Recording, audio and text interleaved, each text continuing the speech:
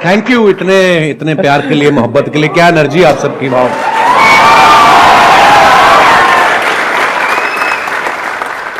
मैं तो सोचा था आप मेरे शो पे आएंगे कभी। एक ही बात है, कोई फर्क नहीं। बात है, हाँ। अच्छा, इससे पहले कि ऑडियंस आपसे इंटरेक्ट करे, ऑडियंस आपसे क्वेश्चंस पूछे, मेरे माइंड में एक सीरियस क्वेश्चन है जी। आज से 10 साल पहले आपने अपने करियर की शुरुआत करी थी। मैंने देखा 2013 में कॉमेडी नाइट्स विद कपिल के नाम से आपका शो आया था। आज पूरे 10 साल हो गए जी सर। तो तब क्या आपने सोचा था कि एक दिन आपको संदीप महेश्वरी शो में आने का मौका मिलेगा?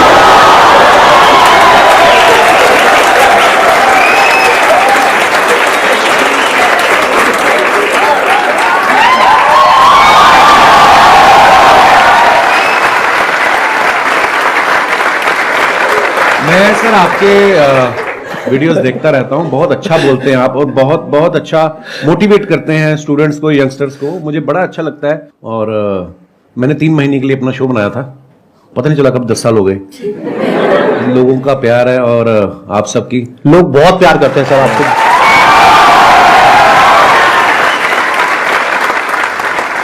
चलिए Q&A सेशन शुरू करते हैं। सर आपसे एक्चुअली एक रिक्वेस्ट है कि आप मोटिवेशनल मंच पे आए हैं तो कॉमेडी के वे में थोड़ा मोटिवेट कर सकते हैं।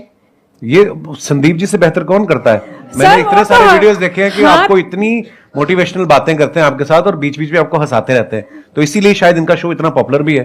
Hello Kapil sir. सर मैं आपका बहुत बड़ा फैन हूँ। Thank you brother. मैं आपके साथ 2 लाइन गाना चाहता हूँ। मैं सीरियसली बोलूं, आपको देख के मुझे कोई गाना नहीं याद आ रहा।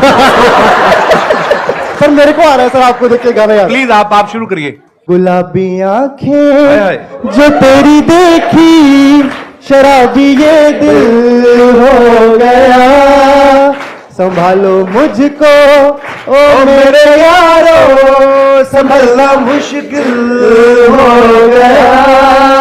गुलाबी आंखें जो तेरी देखी, शराबी ये दिल हो गया। वाह, बड़े एनर्जी यार, क्या बात है, बहुत बहुत।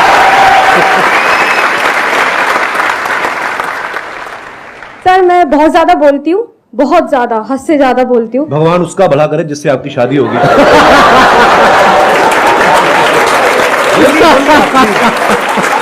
Happy women's day. Thank you sir, thank you so much. मेरे को ये पूछना है सर, गुड लिसनर कैसे बन सकती हूँ मैं? चुप रह के।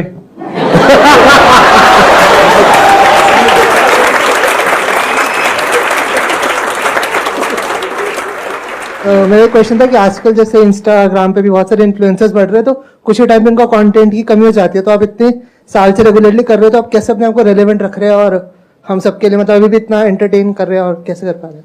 मुझे ऐसा लगता है आज से जब 15 साल 16 साल पहले जब नेशनल टीवी पे हिंदी में काम शुरू किया था, तो मेरे खुद के दोस्त बोलते थे कॉमेडी बड़ी हो चुकी है, अब नहीं होगी। मैं कहा ऐसे तो सांस भी बड़े ले चुका है ना। तो मुझे ऐसा लगता है कि जब तक दुनिया है, जब तक हालात हैं, हर रोज कुछ ना कुछ आपकी जिंदगी में घटता है। आप न्यूज चैनल लगा के देख लो, हर जगह आपको कोई ना कोई नई चीजें मिलती हैं। तो जब तक ये सब होता रहेगा, ह्यूमर भी आता रहेगा। हाँ, मेहनत लगती है, पर हाँ, जैसे ये जो आपकी एनर्जी देखी, जो आप लोगों का प्यार देखा, तो ये हमें मोटिवेट करता है और मेहनत करने के लिए।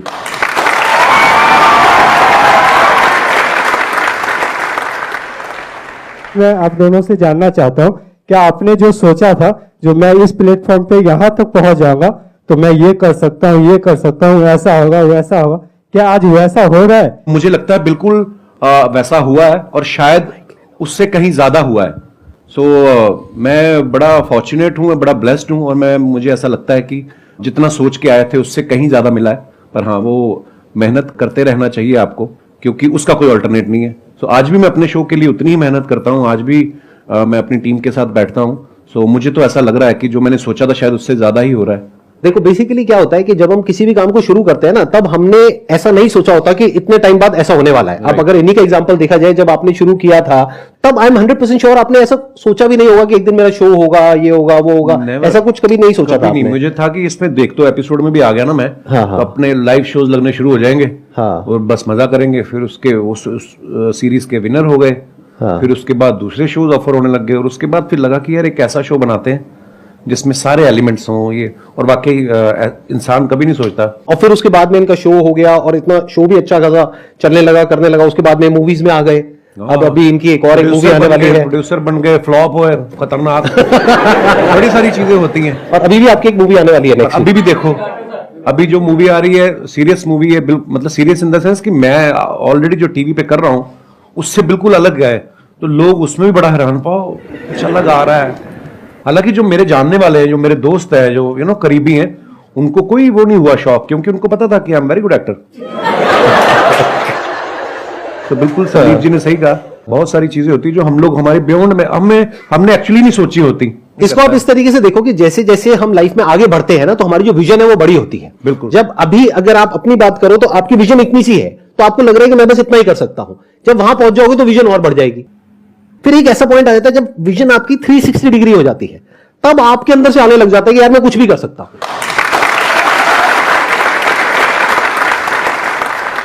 मजा आना चाहिए, मुझे ऐसा लगता है, जो मैंने देखा कि अब मजा आ रहा तो फिर जिंदगी पता नहीं चलती। 10 साल मेरे कब निकले ये वाले, जब ये शो शुरू किया मुझे जेन्युइनली नहीं पता चला।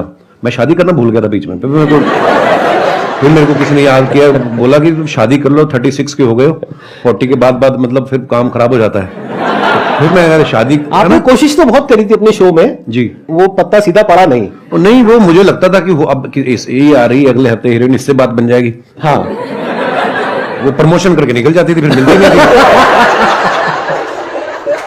ये बात आपको थोड़ा लेट समझ आई कि वो अपने प्रमोशन के लिए आ रही है, आप अपनी प्रमोशन करते थे, बात बनी नहीं। चलो कोई नहीं, लेकिन आई थिंक आपका भी जो रिलेशनशिप है, अगर एक बार हम थोड़ा सा ऑफ ट्रैक जाए जी, तो बहुत पुराना रिलेशन है आपका गिन्नी के साथ। हाँ हाँ, ऑफ कोर्स, मैं कॉलेज में पढ़ता था, जब मैं पोस्ट ग्रेजुएशन के लिए एडमिशन लिया अमृतसर से जलंधर, तो हमारे यूथ फेस्टिवल जैसे होते हैं, है ना, यूनिवर्सिटी के इंटर कॉलेज कंपटीशन।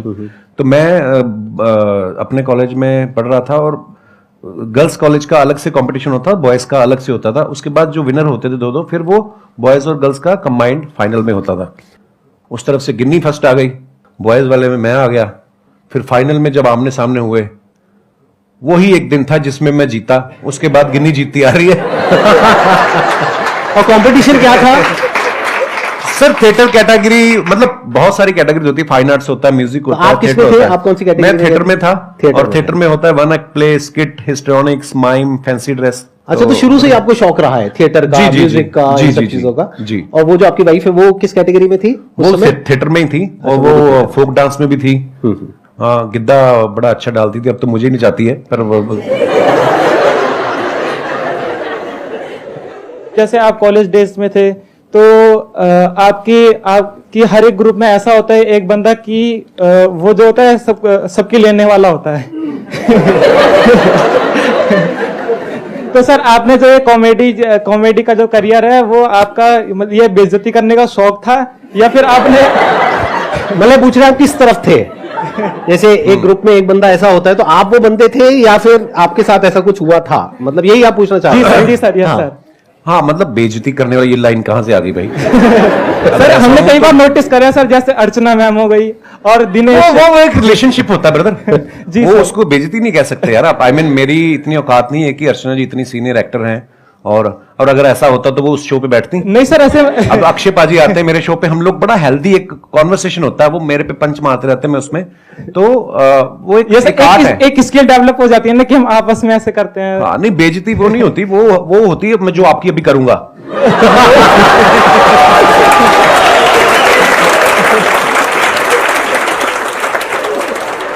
मैं स्कूल में ऐसा नहीं था, बिल्कुल कॉलेज में भी ऐसा नहीं था। हाँ, पर मुझे लोगों को हंसाना अच्छा लगता था, पर मैं बड़ा इंट्रोवर्ट था। मुझे लगता कि शायद मैंने ना बहुत साल लोगों को ऑब्जर्व करता रहा, देखता रहा, अलग अलग कैरेक्टर्स। तो जैसे अभी मैडम ने भी सवाल पूछा था, तो वो चीजें डेवलप हो रही होती हैं, आपको नहीं पता होता है कि आपके अंदर कुछ डेवलप हो रहा है धीरे धीरे करके।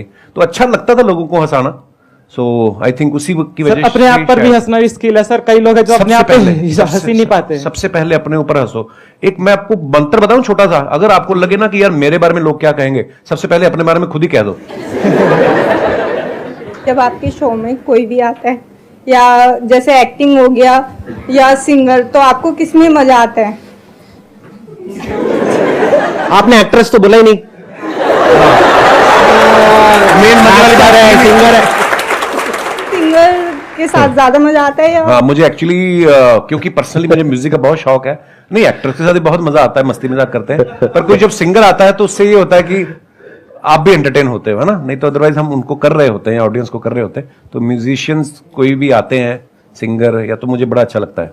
Yes, thank you. क्वेश्चन मेरा ये है, जैसे कि सर वैसे मैं डिजिटल मार्केटिंग करता हूँ और क्या कहते हैं मिमिक्री वगैरह भी कर लेता हूँ मैं। अच्छा जी। बट मैं क्या है, मैं कहीं चैनल वगैरह पे किसी चीज पे मैंने कोई चैनल वगैरह नहीं बनाया। वैसे क्लाइंट के लिए हम लोग ये काम करते हैं, तो उनकी जो सोशल मीडिया अकाउंट है मैं अच्छे खासे रीच उन पे ला सकता हूँ, बट मेरे को टाइम नहीं मिल पाता। ऐसा भी नहीं है, बहुत कुछ करता हूँ, मतलब समझ में नहीं आता कि टाइम क्यों नहीं मिलता अपने लिए अगर निकालना चाहूँ तो। आप जवाब देंगे, मैं जवाब दूं? हाथ तो नहीं उठाना चाहते ना? मेरा आपसे सवाल है अब।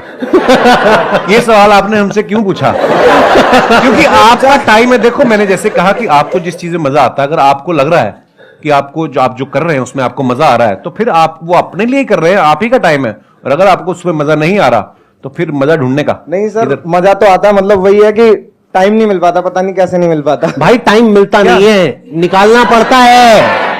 माई question is for both of you कि क्योंकि आप लोग अपनी फील्ड में ना you are the number one, whatever you are doing right now you are at the top.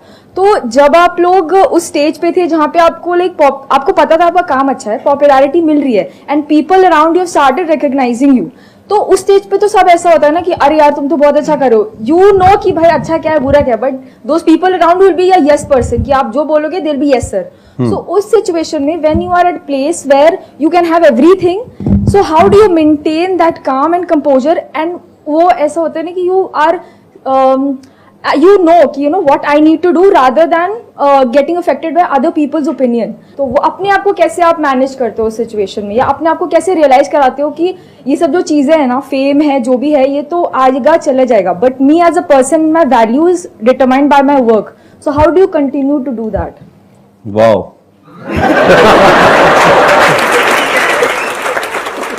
आपका सवाल भी जो है मैं समझ पाया हूँ, वो एक ही लाइन में चाहे आप पूछ सकती थी, आपने 36 लाइनें बोली हैं, पर वो भी मजा आया आपकी बात सुन के। पता क्या होता है, लोग बड़ा चढ़ाने वाले भी बहुत होते हैं। जब आप थोड़ा थोड़ा कुछ कहीं राइज करना शुरू करते हैं, बड़े लोग होते हैं, पाजी आपका तो जवाब ही नहीं है।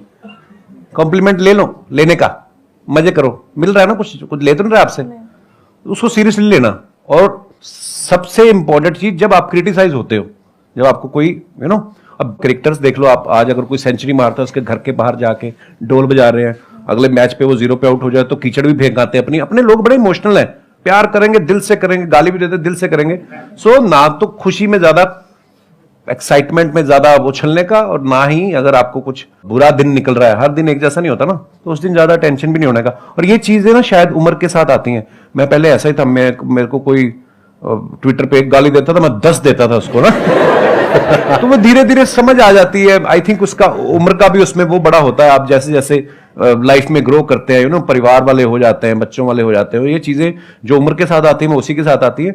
सो हाँ, कोई भी चीज परमानेंट नहीं है, ना आपका फेम, ना आपका ना आपकी तारीफ जो है वो परमानेंट है, ना ही आपका क्रिटिसिज्म जो है परमानेंट है।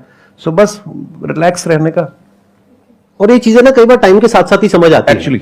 मतलब अगर आप ये एक्सपेक्ट करोगे कि मेरे को या इनको एक पर्टिकुलर एज पे ये सब कुछ समझ आ जाता 10 साल 15 साल पहले, तो ऐसा नहीं होता है। ऐसा नहीं होता। जब हम वो चीज कर लेते हैं और वो गलतियां करते हैं उस तरह की, राइट, कि जब वो दिमाग पे चढ़ता है। अगर कोई आपको कहता है ना कि हाँ सक्सेस फेम दिमाग पे नहीं चढ़ता है, झूठ बोल रहा है वो इंसान। सबके चढ़ता है, सक्सेस भी दिमाग पे चढ़ता है और फेलियर भी दिमाग पे चढ़ता है। हाँ, तो जब ये दोनों चीजें दिमाग पे चढ़ती है और हावी होती है, तब हमें अंदर से समझ आता है कि अच्छा इसकी वजह से क्या गड़बड़ हो रही है। फिर इंसान धीरे धीरे उसको हल्के फुल्के तरीके से लेने लग जाता है। हाँ, एक टाइम के बाद कोई चीजें आपको इफेक्ट नहीं करती, आप मर जाते हो।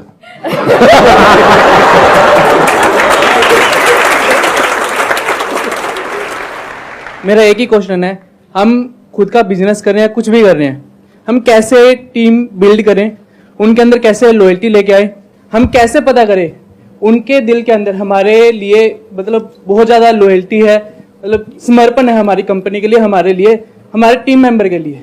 It's a good question. और ये हम सिर्फ टीम पे नहीं लगा सकते इस फंडे को, हम दोस्ती पे भी लगा सकते हैं, बिल्कुल, फ्रेंडशिप पे भी लगा सकते हैं, रिलेशनशिप बोल सकते हैं, any kind of a relationship, that could be a professional relationship और अ पर्सनल रिलेशनशिप। तो कोई भी रिलेशनशिप हो किसी भी तरीके की, उसको स्ट्रॉन्ग कैसे किया जाता है? देखो, आप सामने वाले के मन में क्या चल रहा है ये तो आप कभी भी नहीं जान पाओगे।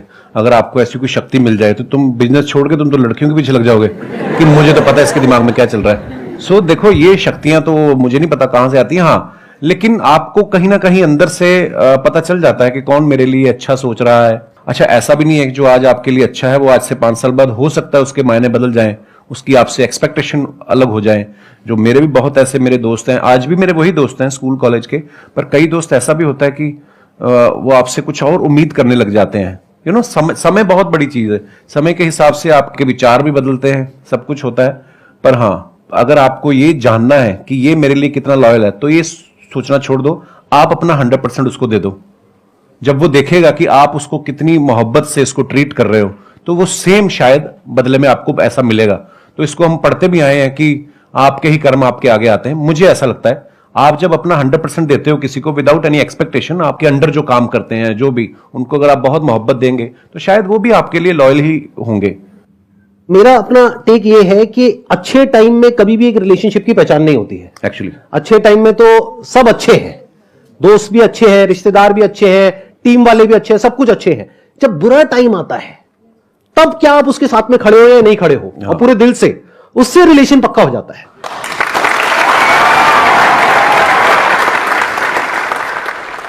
मैं आप दोनों की बहुत बड़ी फैन हूँ। Thank you. प्लस आप दोनों ही बहुत पॉजिटिव पीपल हो, लाइक अगर देखें तो किसी को हंसा सकते हो बहुत इजीली और मोटिवेट भी कर सकते हो अपनी कॉमेडी से और अपनी बातों से। सब अग्री करेंगे कि हम कोई भी काम स्टार्ट करते हैं तो हम बहुत इम्पेशेंट हो जाते हैं उस चीज को लेके। तो आप इम्पेशेंट आप दोनों भी होते होंगे, तो आप कैसे डील करते हो उस चीज से, दोनों ही दोनों? लाइफ में जो सबसे बड़ी क्वालिटी हम सबके अंदर होनी चाहिए, जो आई एम 100% श्योर इनके अंदर भी है, और वो लोग जो आगे बढ़े हैं लाइफ में सबके अंदर है। लाइफ में अंदर चाहे जैसी भी हालत है, मन है चाहे नहीं है, जो करना है वो करना है, as simple as that. The show must go on. ये क्वालिटी हमारे अंदर सबके अंदर होनी चाहिए अगर हम लाइफ में आगे बढ़ना चाहते हैं, तो जो आज की जनरेशन में बहुत कम लोगों के अंदर होती है। हम क्या सोचते हैं, काम को शुरू करते हैं, रिजल्ट नहीं आया, छोड़ो बेकार है, फिर किया नहीं आया, बेकार है। बेकार है क्या होता है, करना है तो करना है ना। आगे सर आपकी बारी। सेम। मुझे पता था ऐसे ही कुछ आने वाला है यहाँ पे।